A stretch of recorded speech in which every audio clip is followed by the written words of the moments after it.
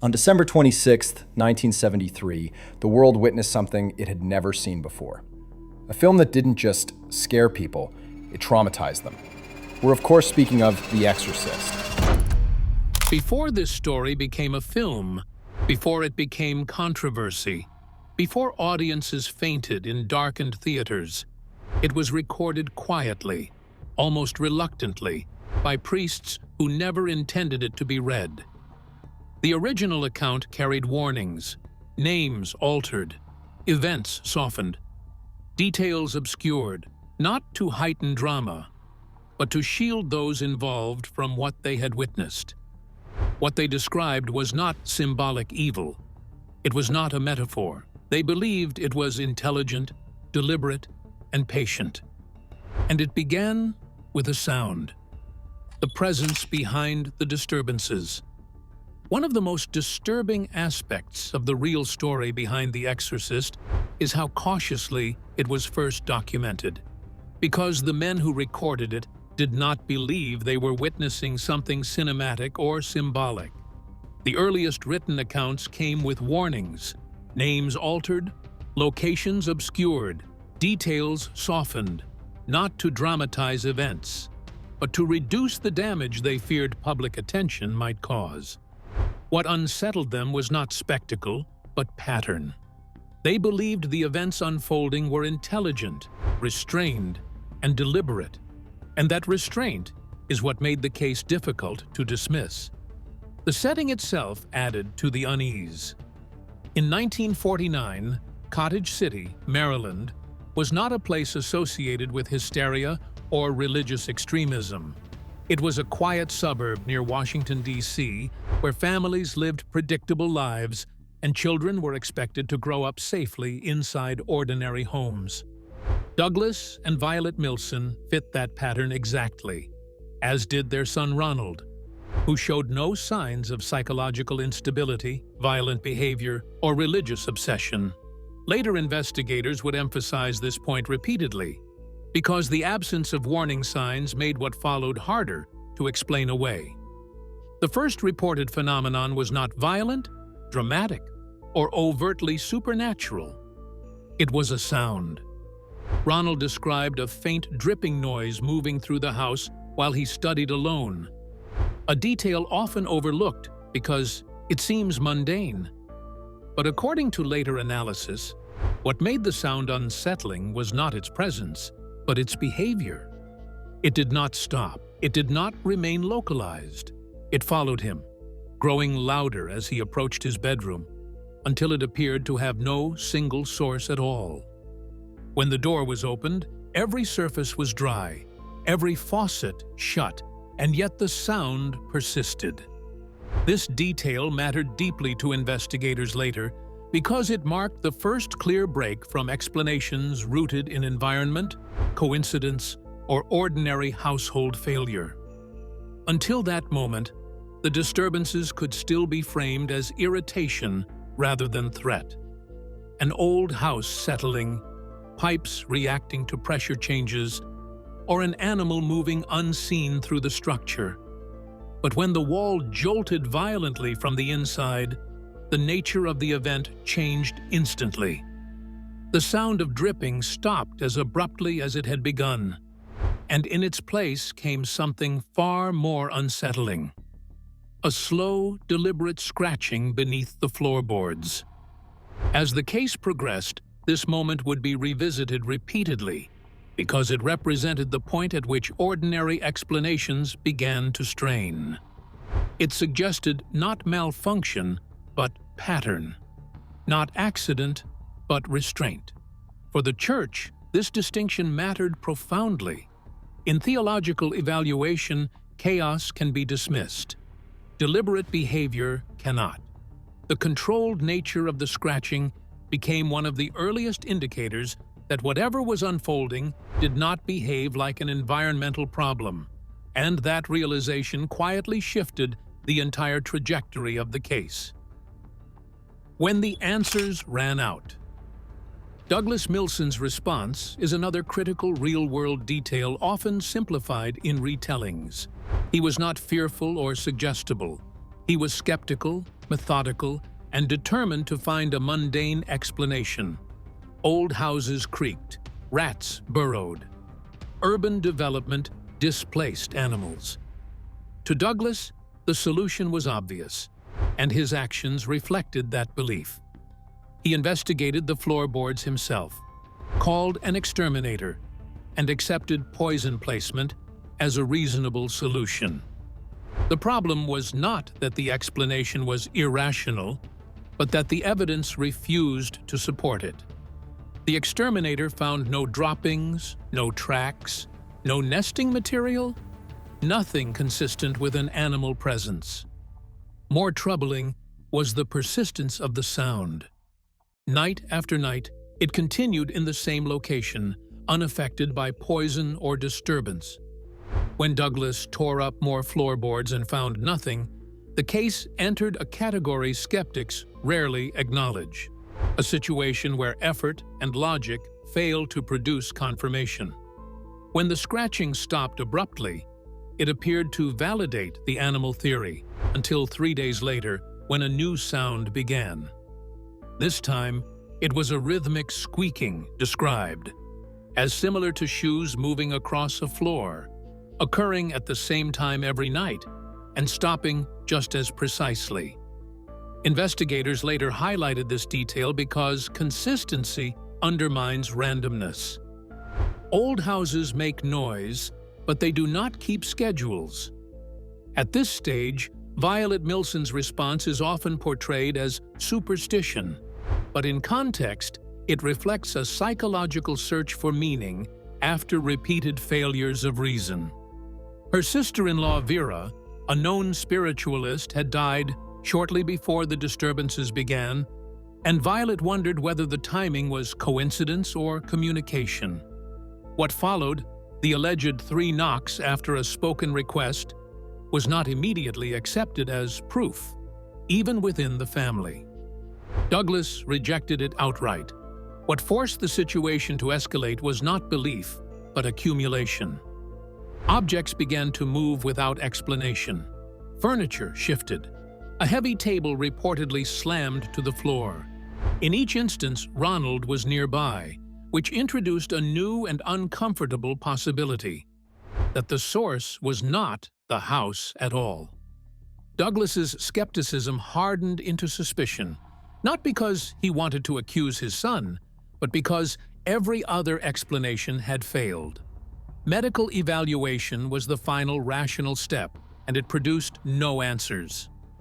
Doctors found Ronald physically healthy and psychologically normal, diagnosing only severe stress caused by fear.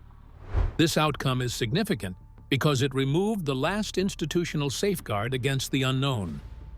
When medicine could not identify pathology and environmental explanations no longer fit the evidence, Violet turned to faith, not out of belief in possession, but out of exhaustion. The Lutheran minister's proposal to remove Ronald from the house is one of the most revealing details in the real case, because it was an experiment, not a ritual. If the disturbances stopped, the house was responsible. If they followed the boy, the implications were far more disturbing. When the scratching appeared again at exactly the same hour inside the minister's home, the experiment reached its conclusion. The phenomenon was not tied to a place. It was tied to the child.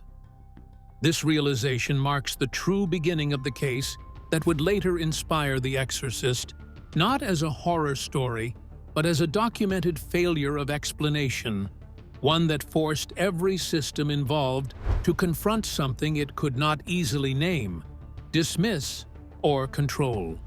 The detail that forced the church to take notice. One of the most disturbing details in the real story behind The Exorcist is not a single dramatic incident, but the precise moment when skepticism finally became untenable.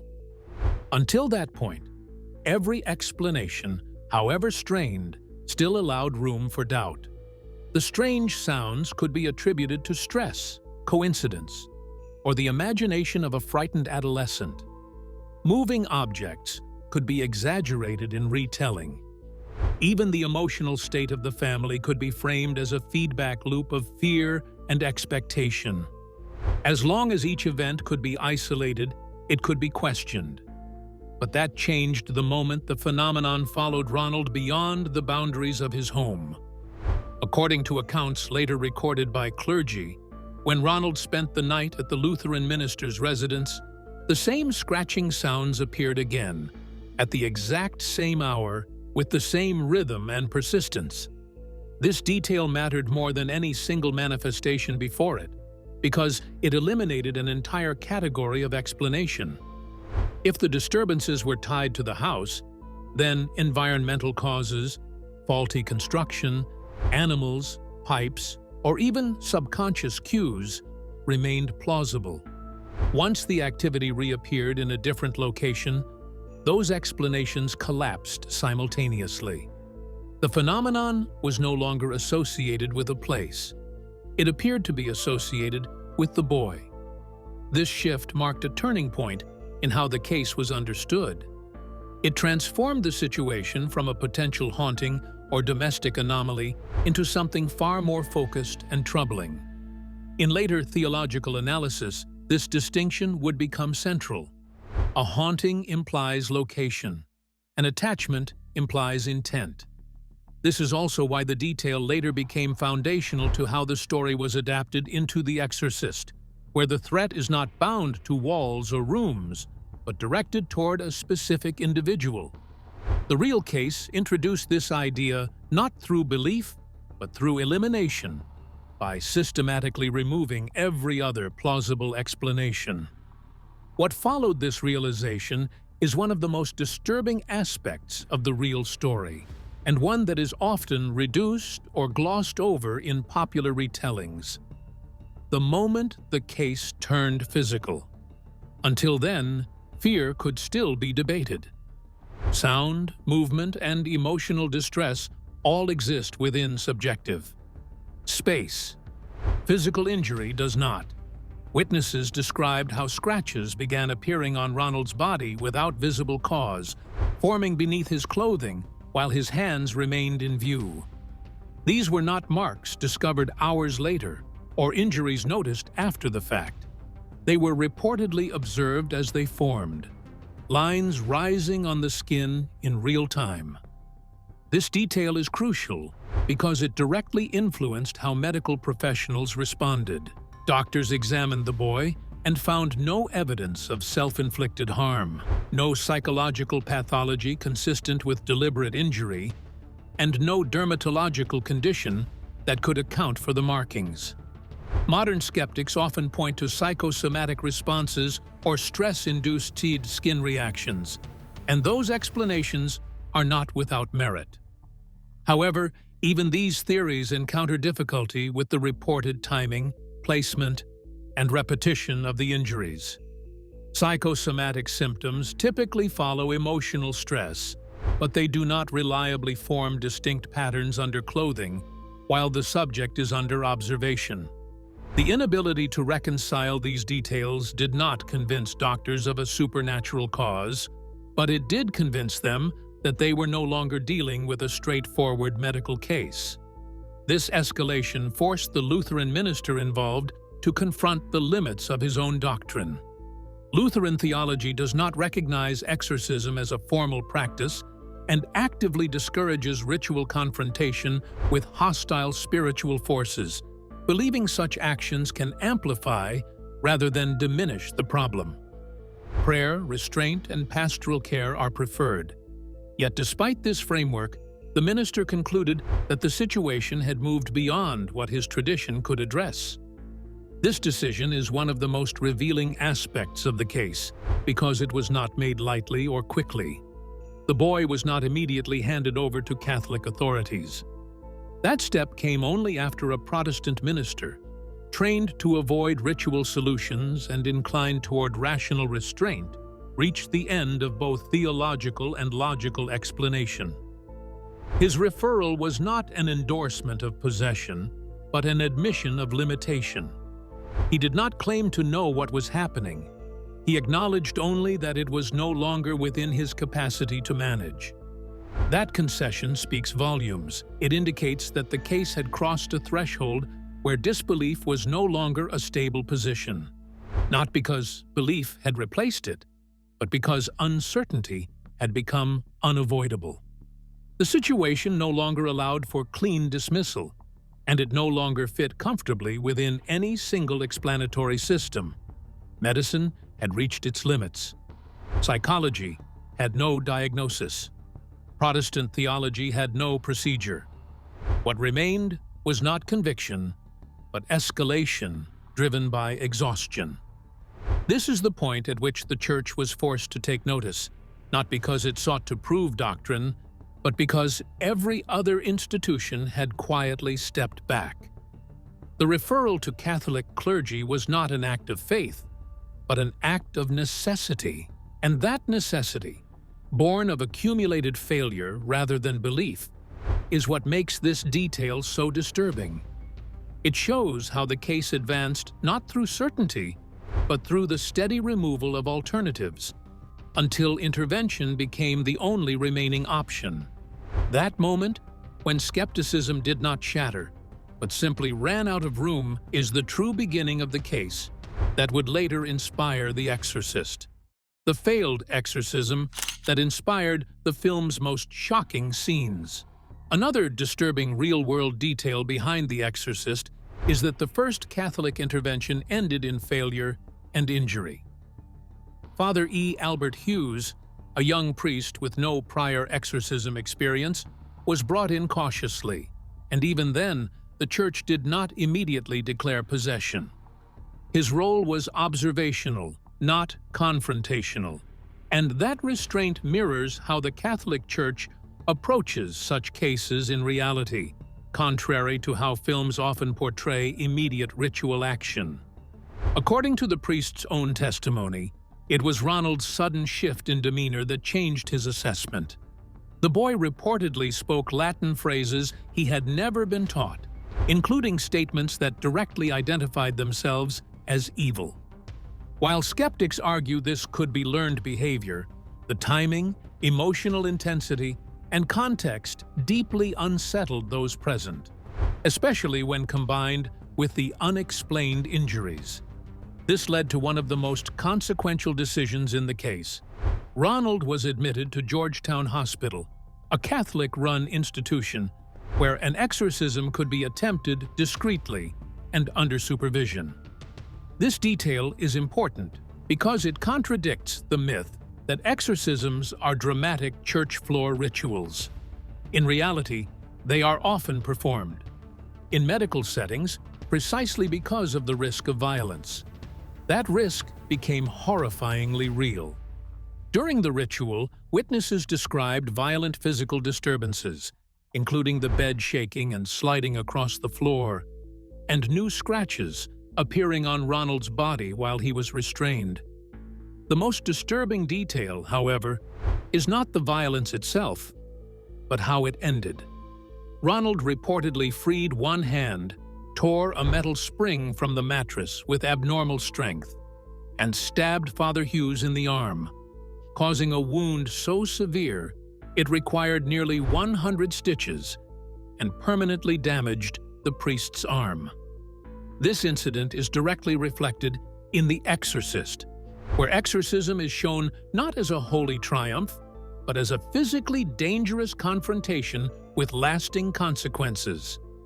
In real life, the Church immediately ended the ritual, concluding that Father Hughes was not capable of continuing. That decision may have saved his life. Afterward, Ronald's condition worsened, not improved.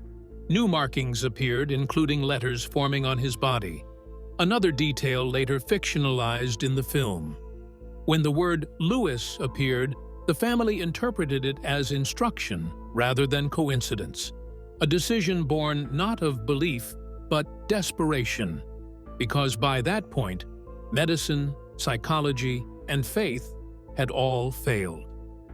What makes this detail especially disturbing is not whether the interpretation was correct, but that it demonstrates how completely the family had been pushed beyond rational coping. They fled to St. Louis, believing movement might bring relief, unaware that this relocation would place them directly in the path of the priest who would conduct the final and most dangerous exorcism. The detail the church never publicized. One of the most disturbing and least openly discussed details behind the real story that inspired The Exorcist is not the violence, the injuries, or even the ominous claims recorded by witnesses, but the hesitation that followed the first failed attempt to intervene. After the exorcism at Georgetown Hospital ended in serious injury, the case did not escalate immediately, as popular retellings often suggest. Instead, it slowed. It stalled. For a period of time, nothing happened publicly at all. This pause is critical because it reveals something far more unsettling than spectacle. Even the church appeared unsure how to proceed. What happened to Father Hughes shattered an assumption that rituals alone were sufficient to impose control. The injury demonstrated that whatever was occurring could not be reliably contained, predicted, or managed through established procedure. For an institution built on structure and doctrine, this was deeply destabilizing. Exorcism, often imagined as a decisive act, was suddenly revealed as dangerous, uncertain, and potentially ineffective. The church did not respond with confidence, it responded with caution. When the Milson family relocated to St. Louis, the case entered a new phase, one defined less by urgency and more by deliberation. It was here that the situation reached Jesuit Father William Bowdern, and the choice of Bowdern was itself revealing. He was not selected because of notoriety or reputation for dramatic intervention. He was chosen because of his temperament. Bowdern was a Jesuit, an order known not for emotional zeal, but for discipline, scholarship, and psychological rigor. He was also a World War II chaplain who had spent years alongside soldiers in combat zones, witnessing death, trauma, and psychological collapse under extreme pressure. This background matters more than most adaptations acknowledge. Bowdern was not easily shaken. He had seen fear, breakdown, and violence in contexts where survival depended on composure. That experience shaped how he approached the case. He did not arrive expecting spectacle or instant resolution. He arrived expecting uncertainty, and almost immediately he began asking questions others had not. One question in particular troubled him deeply. Why had the family been compelled to move to St. Louis at all?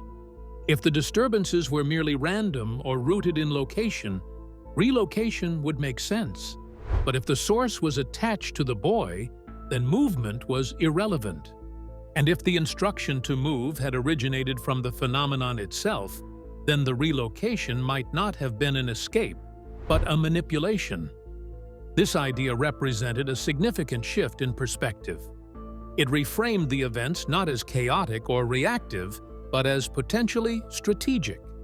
This suspicion placed the case outside traditional possession narratives, which often assume a linear struggle between authority and intrusion.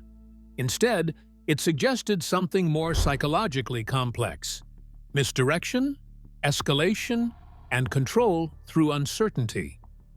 For clergy trained to recognize deception as a defining characteristic of hostile spiritual influence, this possibility was deeply troubling. It implied that the situation might be evolving in response to intervention rather than diminishing because of it. Because of this, Bowdern did not proceed impulsively. He refused to act alone and refused to treat the situation as a single decisive event. The approach he adopted was slow, methodical, and deliberately private. The exorcism would not be a dramatic confrontation, but a prolonged process carried out over weeks. Sessions would be repeated, carefully observed, and meticulously documented. Witnesses were limited, and discretion was emphasized at every stage. This was not secrecy for the sake of mystery. but containment born of uncertainty. What followed was not a steady march toward resolution, but endurance. There were no clear milestones, no moment when progress could be confidently declared. Each session brought exhaustion rather than clarity. Periods of calm were followed by renewed disturbance. Physical strain affected not just the boy, but the priests themselves. The process demanded patience, restraint, and resilience, rather than authority or force. This is where the real story diverges most sharply from its cinematic counterpart. In film, escalation leads toward climax. In reality, it led toward fatigue. The absence of clear progress was itself unsettling, because it left those involved questioning whether they were moving closer to resolution or simply enduring a cycle they did not fully understand.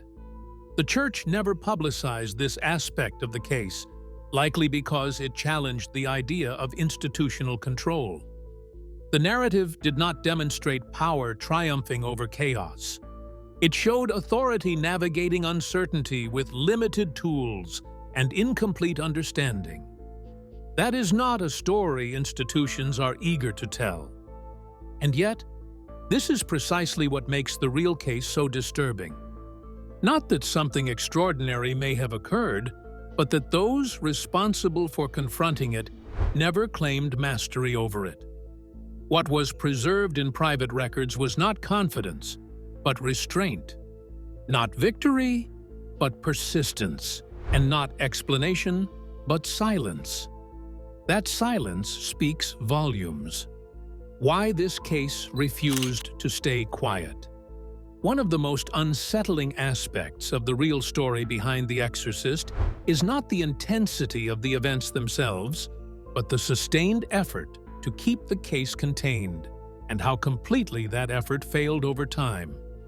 From the earliest stages, those involved acted with restraint rather than urgency. Names were altered. Locations were obscured. Records were restricted and circulated only among those deemed necessary. These decisions were not driven by fear of exposure or scandal, but by a genuine belief that public attention would only compound the damage already done. The priority was protection, not publicity. The goal was simple: contain the case, allow the family to recover, and prevent a traumatic episode from becoming a spectacle. Yet containment requires resolution, and this case never offered one. Despite the careful handling, the story persisted, resurfacing in private conversations, internal records, and eventually in written form. The more quietly it was handled, the more durable it became. Because unresolved stories do not fade. They linger. Much of that persistence comes from the case's resistance to classification. It did not conform to familiar categories. It was not clearly fraudulent, as no consistent motive, deception, or personal gain ever emerged. It was not clearly psychological, as repeated evaluations failed to identify a condition that could account for the full range of reported events. And it was not clearly supernatural, because no authority ever claimed certainty or definitive understanding. Each explanation illuminated part of the story while leaving the rest in shadow. This incomplete overlap created a vacuum that interpretation rushed to fill. Humans are uncomfortable with ambiguity, especially when it involves harm, authority, and unanswered cause. When an event defies clean explanation, it invites repetition, reinterpretation, and retelling, because each retelling is an attempt to impose order where none was achieved. The case endured not because it was sensational, but because it remained unresolved. Within the Church, this ambiguity was treated with extreme caution. The documentation that existed was not promoted, debated publicly, or framed as doctrinal evidence.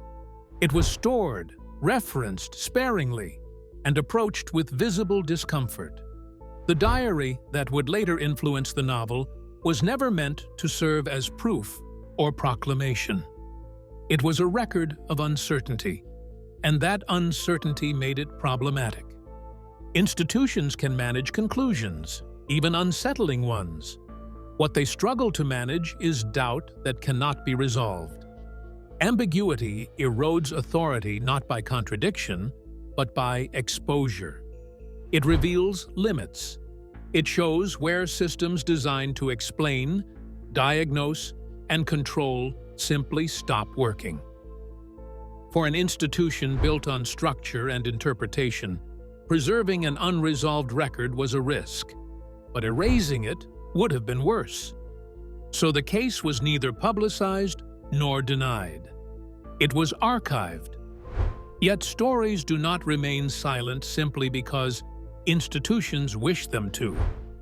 When the case eventually reached the public through literature and film, it did so not because it offered answers, but because it preserved the same tension that defined the real events. The Exorcist resonated precisely because it refused to resolve what it depicted. It did not present certainty. It presented struggle, doubt, and exhaustion. The original case ended the same way.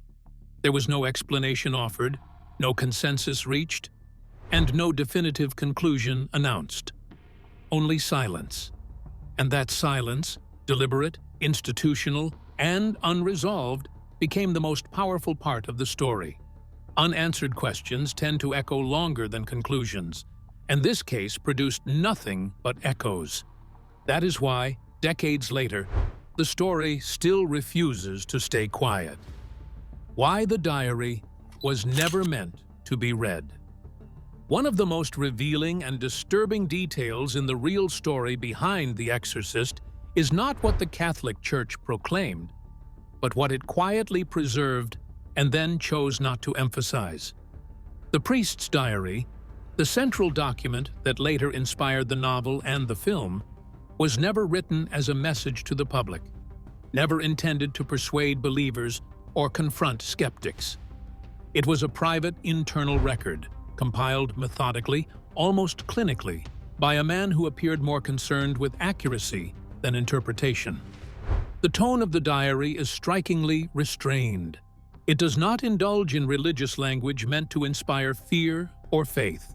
Instead, it records dates, locations, behaviors, physical reactions, and outcomes with deliberate emotional distance.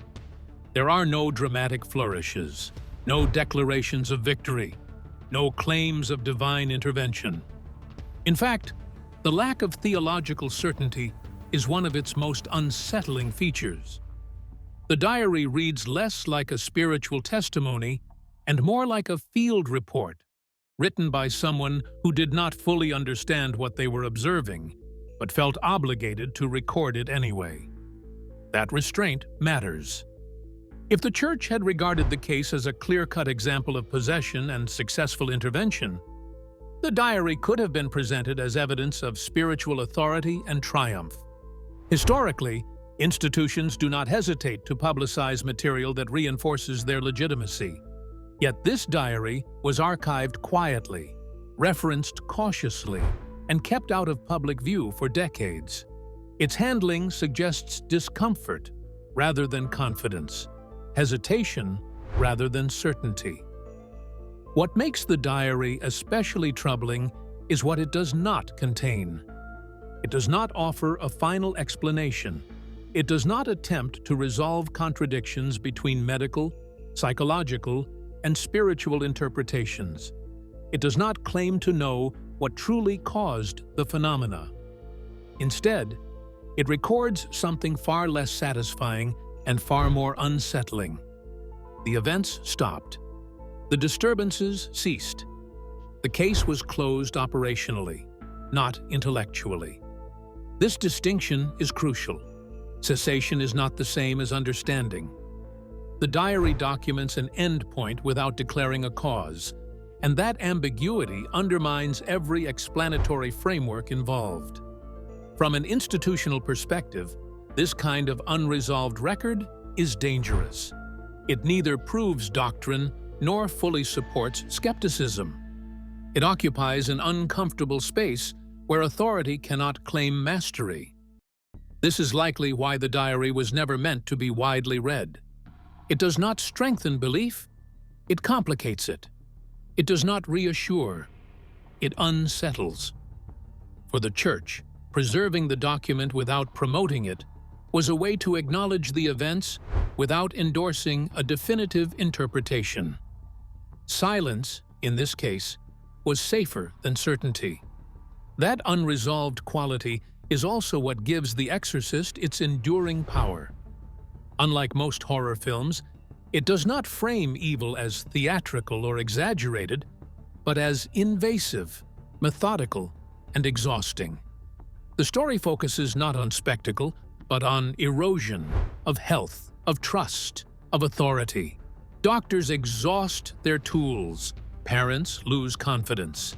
Clergy doubt themselves. The film mirrors the diary's most important feature, not fear, but uncertainty. Audiences feel this difference instinctively, even if they have no knowledge of the real case. There is a gravity beneath the film that feels earned rather than invented, a sense that the story is grounded in something unresolved and unresolved on purpose. That weight comes directly from the diary's refusal to provide answers.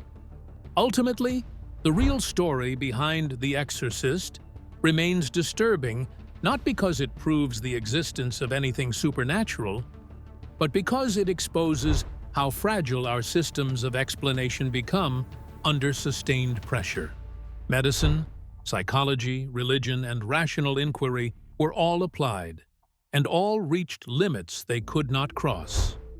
Whether one believes the boy was possessed, psychologically overwhelmed, or caught in an extraordinary convergence of stress, belief, and circumstance, the case forces an uncomfortable conclusion. For a period of time, no one involved truly knew what they were dealing with, and that uncertainty, carefully recorded, deliberately archived, and never fully resolved, is not a flaw in the story. It is the reason the story still endures. If this story made you question what you thought you knew, subscribe for more real stories behind the world's darkest films, and tell us in the comments what you think really happened.